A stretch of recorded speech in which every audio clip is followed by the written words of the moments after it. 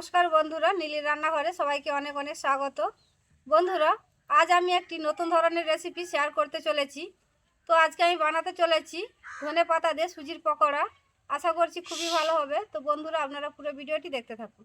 তো বন্ধুরা, প্রথমে আমি একটা মশলা ভেজে নেব। তার জন্য কড়াই বসিয়ে দিয়েছি।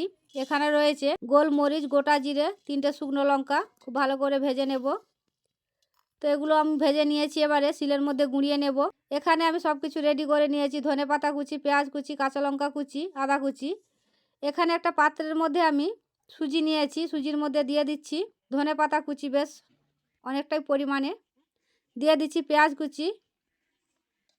এবার আমি দিয়ে দিচ্ছি কাঁচা লঙ্কা কুচি। এখানে আমি কাঁচা লঙ্কাটা একটু বেশি পরিমাণে দিয়েছি। আপনারা যেমন ঝাল খাবেন সেই পরিমাণে লঙ্কা দেবেন। দিয়ে দিচ্ছি আমি সাদা জিরে, কালো জিরে পরিমাণ মতো, ধনে গুঁড়ো অল্প, দিয়ে দিচ্ছি আদা বাটা। এখানে যে আগে থেকেই মশলা ভেজে রেখেছিলাম, গুঁড়িয়ে রেখেছিলাম, দিয়ে দিচ্ছি কর্নফ্লাওয়ার 4 চামচ। এবার আমি দিয়ে দিচ্ছি স্বাদ মতো নুন, দিয়ে দিচ্ছি খাবার সোডা পরিমাণ মতো। সব কিছু দিয়ে দিয়েছি। এবারে শুকনো অবস্থায় হাত দিয়ে মাখিয়ে নেব। আগে শুকনো অবস্থায় খুব ভালো করে মাখিয়ে নিয়েছি। এবার আমি অল্প অল্প জল দিয়ে মাখিয়ে নেব। তো দেখুন, সব কিছু দিয়ে খুব ভালো করে শুকনো শুকনো করে মাখিয়ে নিয়েছি।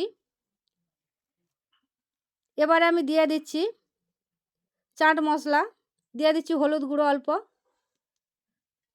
আরও বেশ কিছুক্ষণ মাখিয়ে নেব। বন্ধুরা, মাখানো যত ভালো হবে পকোড়ার স্বাদ কিন্তু আরও সুস্বাদু হবে।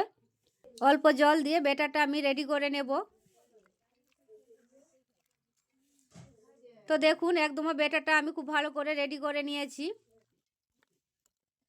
এখানে আমি তেল খুব ভালো করে আগে থেকে গরম করে রেখেছিলাম। এবারে আমি অল্প অল্প করে পকোড়াগুলো তেলের মধ্যে দিয়ে ভেজে নেব।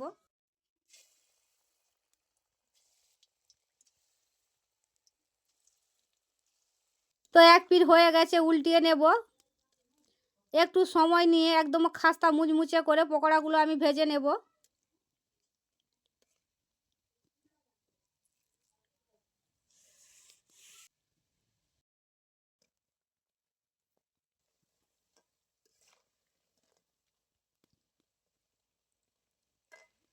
তো বন্ধুরা দেখুন, এই পকোড়াগুলো আমার কম বেশি ভাজা হয়ে এসছে। এবারে আমি তুলে নেব।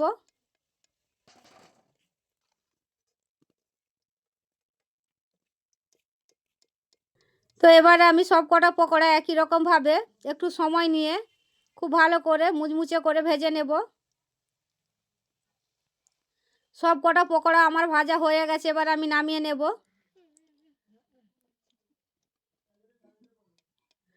তো বন্ধুরা দেখুন, সব কটা পকোড়া আমি ভেজে রেডি করে নিয়েছি।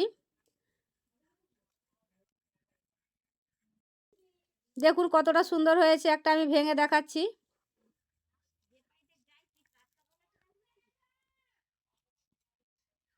বন্ধুরা, আপনারাও বাড়িতে এভাবে একবার বানিয়ে খাবেন সুজি ধনে পাতার এই পকোড়া। আশা করছি আপনাদের খুবই ভালো লাগবে। তো আজকের এই রেসিপি যদি আপনাদের ভালো লাগে, অবশ্যই লাইক কমেন্ট শেয়ার করবেন এবং আমার পাশে থাকবেন। এবং আপনারা ভালো থাকবেন। দেখা হচ্ছে অন্য কোনো রেসিপি।